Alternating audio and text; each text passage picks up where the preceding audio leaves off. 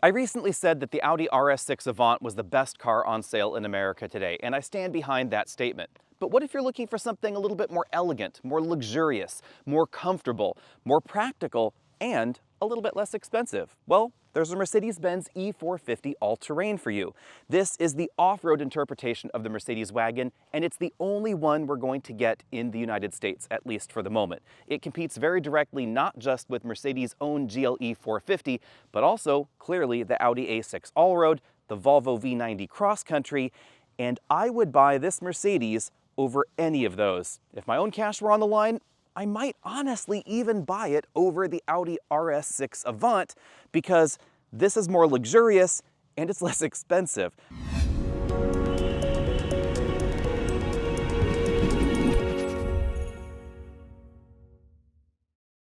Depending on how you count generations, this is either the 6th or the 11th generation of the Mercedes-Benz E-Class, although the wagon has only been built since 1977. The Germans were a little bit later to the wagon party than some of the competition. Again, the all-terrain version is the only model we're going to get in the United States for the moment. If you want an AMG, you might have to start riding to Mercedes because we don't know whether that's ever going to come to the United States. Therefore, the most direct competitors to this are the Audi A6 Allroad and the Volvo V90 Cross Country. The A6 Allroad has an MSRP very similar to this. The Volvo V90 is notably less expensive, starting at $59,800, but there are clearly some reasons for that we're going to talk about in this video. Design-wise, I would say that the more restrained and elegant styling that we find in the E450 has more in common with the Volvo than the Audi. The Audi goes for more of an aggressive, angular look, and I think that I prefer the style of this and the V90 to what we find in the A6, at least for the all-road trims. The era of the boxy and upright station wagon is well and truly gone, and that's all down to the need for improved aerodynamics and improved fuel efficiency.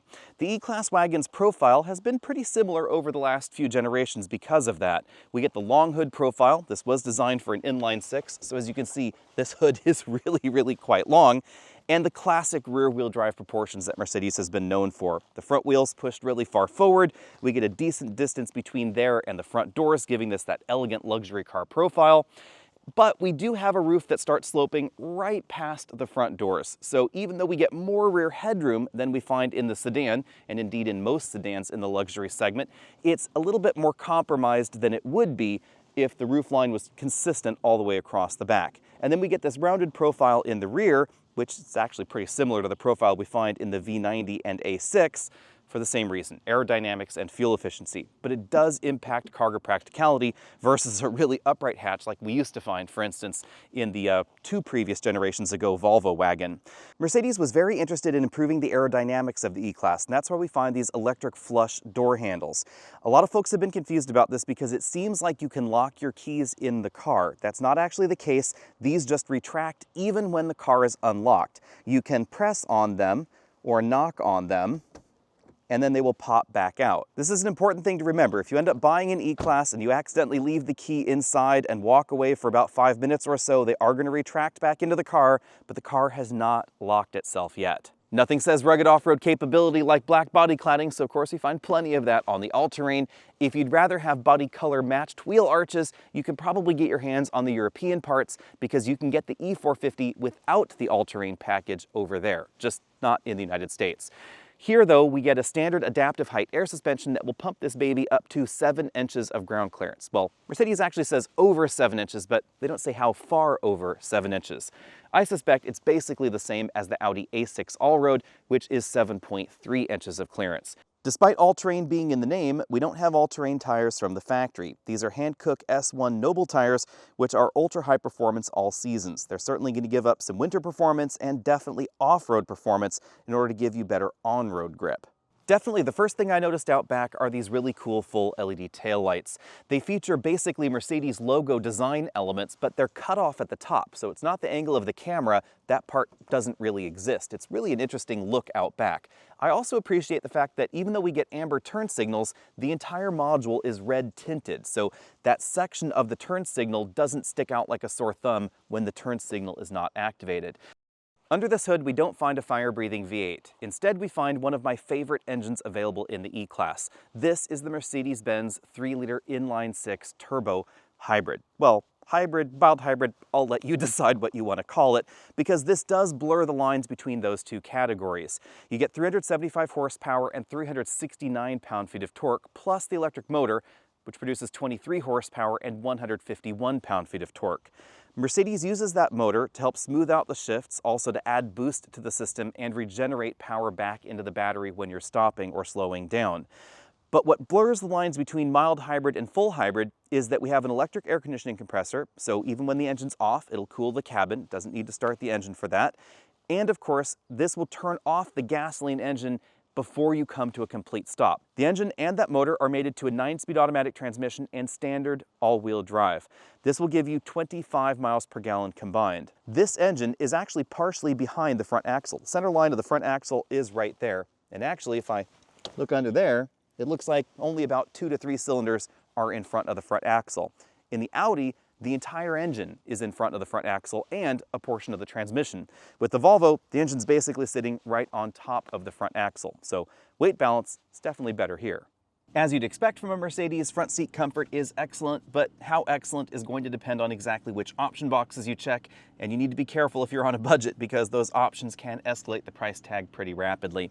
This model has 4-way adjustable lumbar support, an extending thigh cushion. Those controls are over here on the front door. We also have 3-position seat memory, seat heating, and seat ventilation, and the seat kinetics system controlled right here in the center console. I'll show you that in a bit. That subtly changes the seat back angle and the 4-way adjustable lumbar support to help improve circulation on longer journeys. But it's not seat massage in this particular model.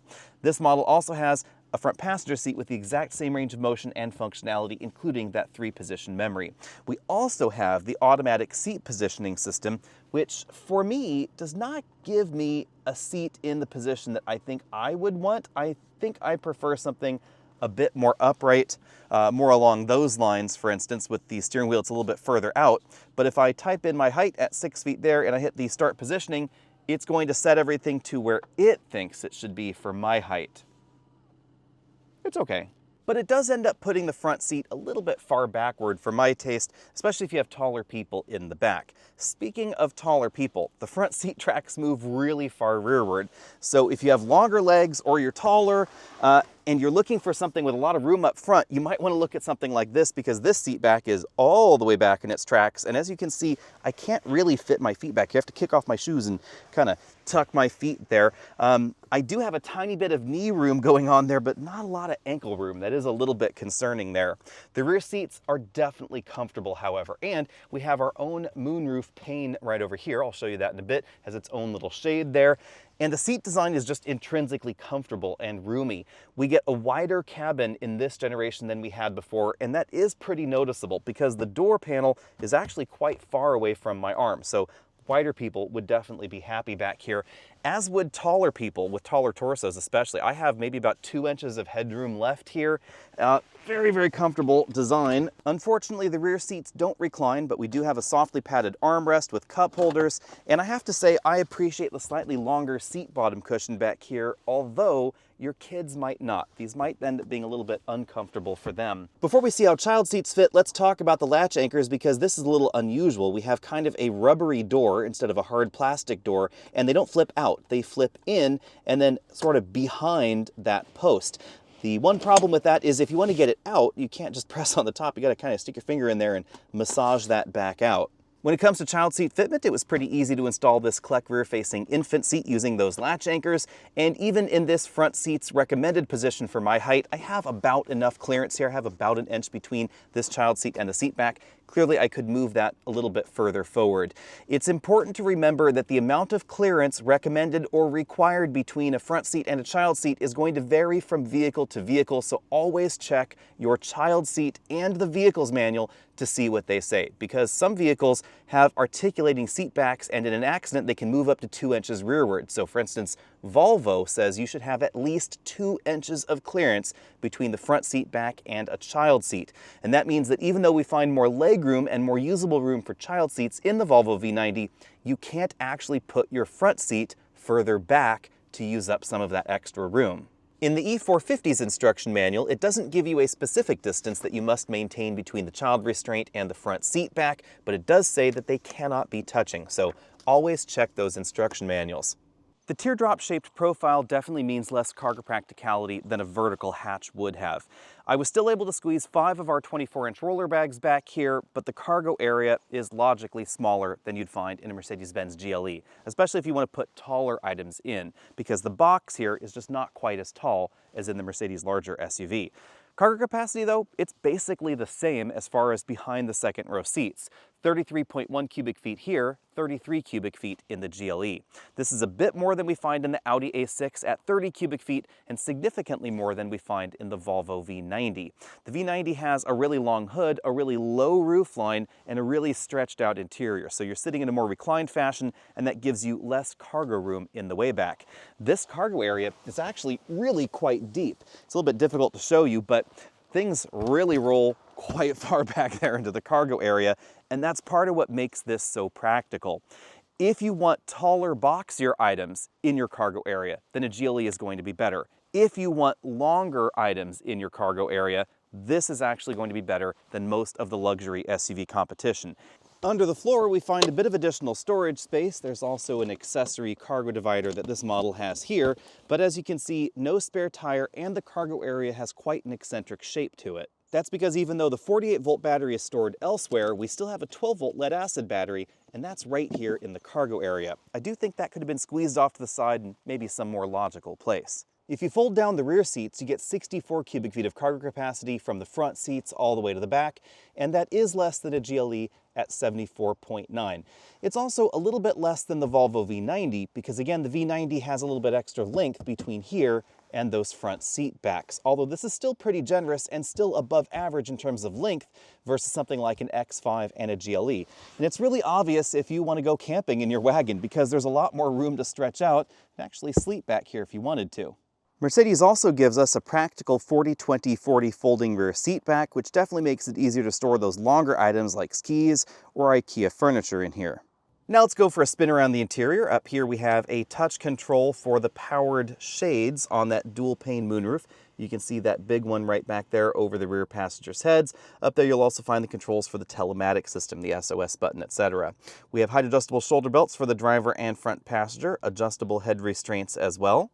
As you'd expect, we have leather upholstery. It's perforated because these seats are ventilated, and it has a very long linear design to it that really makes that seat bottom cushion look even longer than it actually is. Of course, it is extended all the way at the moment. These are extendable cushions, and the base of that seat actually kind of unrolls right in that area. To do that, you would use the touch controls over here on the doors. Those are not my favorite way of adjusting seats because you do have to press a little bit harder than you might think to actually control the seat. I'll show you how that works on the driver's side in just a moment. We have the 3-position memory there and the controls for the seat heating and ventilation. Lots of soft touch and premium materials going on the front doors. Basically, the entire door panel is made from a soft touch material. We also find soft touch materials, carpet specifically, on the inside of that door cargo pocket to help keep things from jangling around. And the purple strip there is the ambient lighting strip that's definitely adjustable and spans from one side of the cabin to the other. Speaking of spanning from one side of the cabin to the other, this has the optional 3-screen dash layout. So we have this passenger screen over here, which I like a little bit more than some of the competitive passenger screens because we have a little bit more of a snappy design, also a better screen look to it. This one does not apparently have a prism in it, so you can't use all of these features while the vehicle is in motion.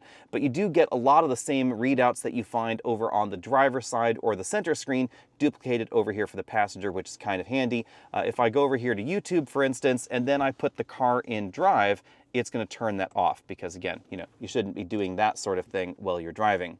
We have a very linear theme also to the air vents spanning from one side of the dash to the other. Kind of a controversial droop over there, I would say. That's the passenger air vent on that side. There's nothing going on in the middle, and then we have one air vent here, one air vent there with these really centrally located knobs. I like the clean design going on there. Below that, we have the main central screen to the system.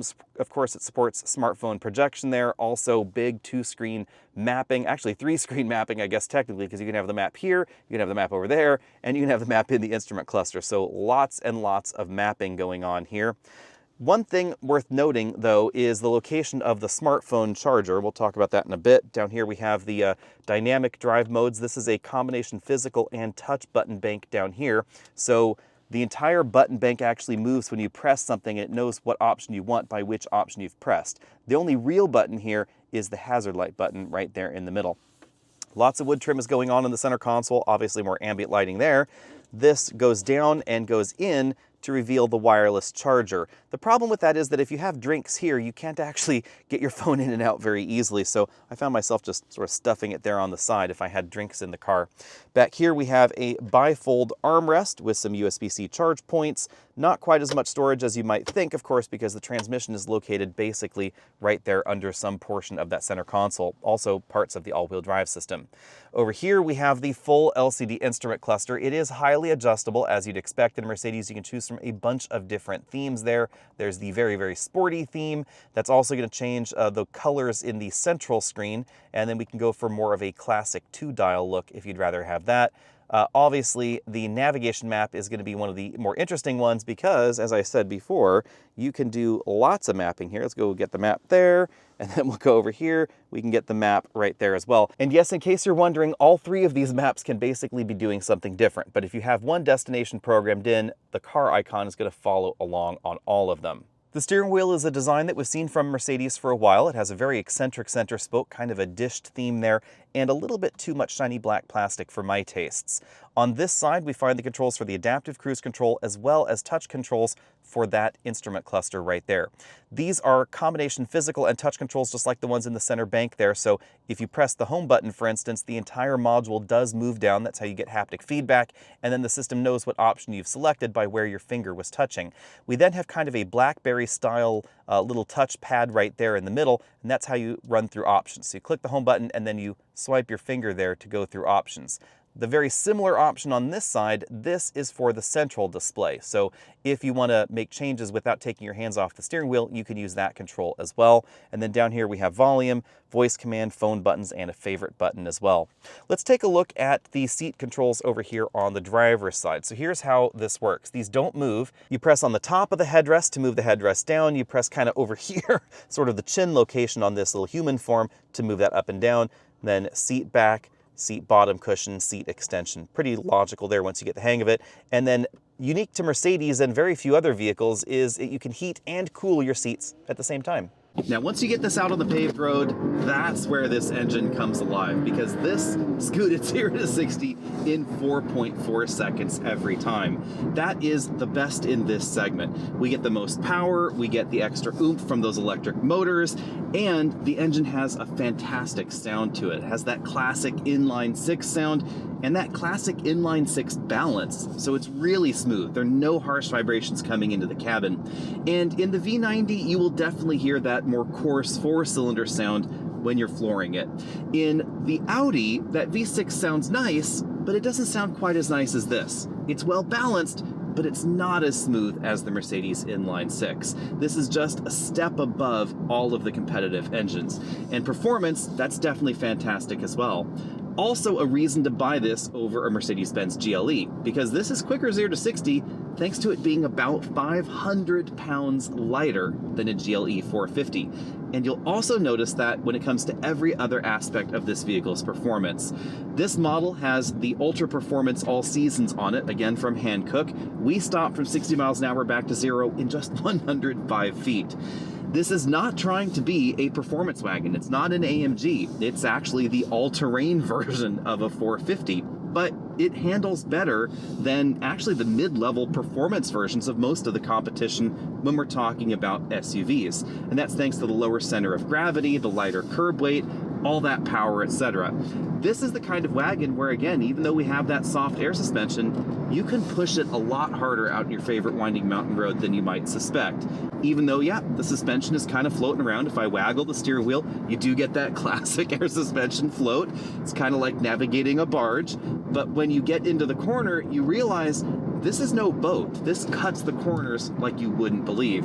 And that's why when it comes to the handling ability, I'm going to give this an A, with a bit of an asterisk maybe, because it does depend on exactly what you're comparing this to.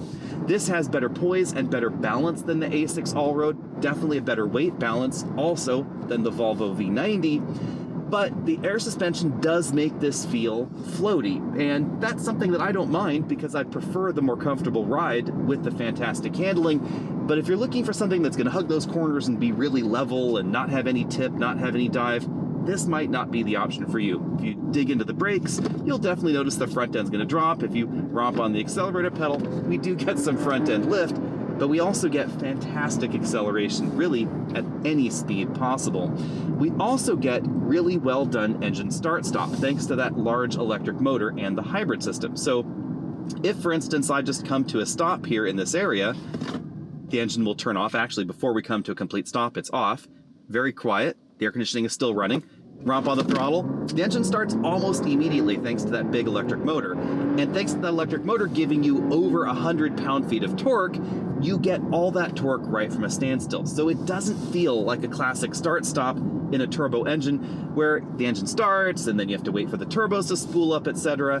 That's the advantage of the way that Mercedes has implemented this hybrid system. And that's why, again, it's somewhere between worlds. It's not mild hybrid, like we've seen in some other vehicles in the past, but it's not quite the technical definition of a full hybrid either. It's time to get the all-terrain out on the trail, and if I accidentally call this an all-road, I apologize because, you know, all's in the name and they're all mixing up in my head if I'm honest. Right now we're in the off-road mode, which is still pretty comfortable, even though the airbags have now been inflated to their maximum height. And driving comfort is really one of the big things about this E450 all-terrain. It's really, really comfortable, whether you're out on gravel roads like this or on a longer road trip where there's a lot of freeway expansion joint going on. This has a fantastic ride quality to it.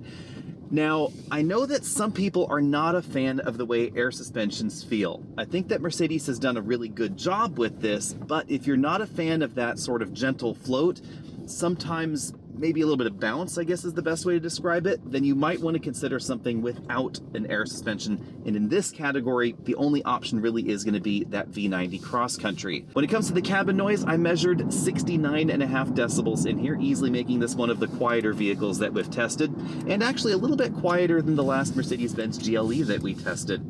Also better than the last GLE we tested, fuel economy. We've been averaging 26.5 miles per gallon. That's a little bit above the EPA score for this, even though we have been going up and over a 2,200-foot mountain pass. Now, with the size of this, you might think it doesn't cut a corner nicely, but nope, actually even out on these tighter winding mountain roads, it still feels pretty nimble. And that's quite logical because this is sold in Europe where the roads are pretty narrow and pretty windy in some countries, and this needs to be able to adapt to that environment. And this is certainly an area where maybe some of the American competition, if you want to consider something like the Cadillac 3-row SUV or maybe the midsize SUVs, something like a Lincoln Nautilus or something along those lines, as competition to this, those don't have quite that same focus on nimble handling and nimble dimensions because the roads here are generally speaking wider, except for the road that I'm on here, of course. For 2025, there aren't very many station wagons available in the United States, but oddly enough, the way things have sorted out, there's a reasonable variation to choose from, all the way from the fire-breathing plug-in hybrid BMW M5 that's coming soon, all the way down to the relatively affordable Subaru Outback and pretty much every price point in between. Because oddly, when you look at this chart, you'll notice that manufacturers choose not to compete directly in a lot of ways. When you take a look at this specific segment, the sort of mid-size luxury wagon segment, you'll notice that Volvo, Audi, and Mercedes have kind of pushed each other towards opposite ends of the pricing spectrum. Volvo takes the low end, Mercedes takes the high end, and then there's a little bit of overlap between Mercedes and Audi. And that means in some ways comparisons might be a little bit easier. Let's dive into the Volvo V90. Volvo has been pretty dedicated to wagons and especially off-road wagons for quite some time. The V90 has the most ground clearance here, 7.9 inches.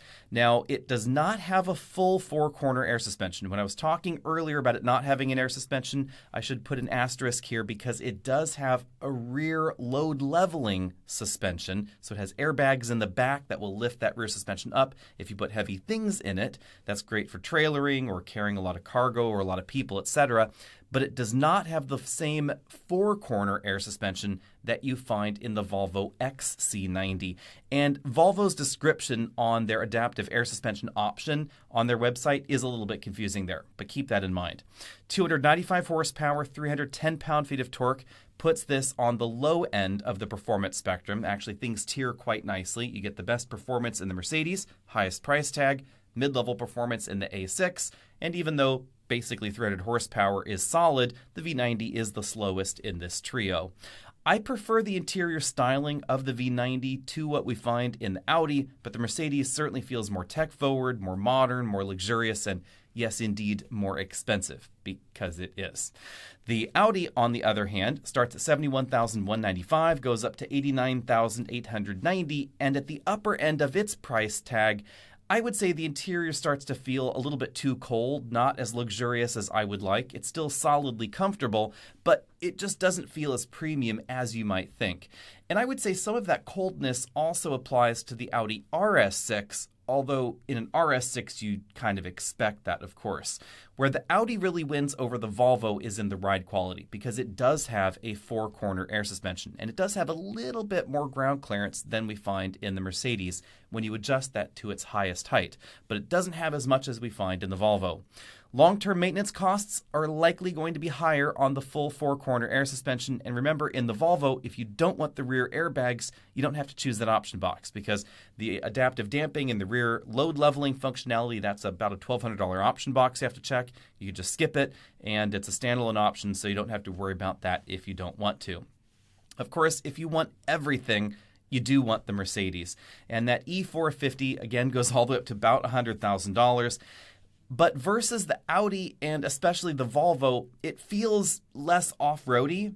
And the odd thing about that, in a way, is that this is the one that feels most like a rich person wearing a Patagonia jacket and thinking that they're outdoorsy, right? It's kind of that same thing.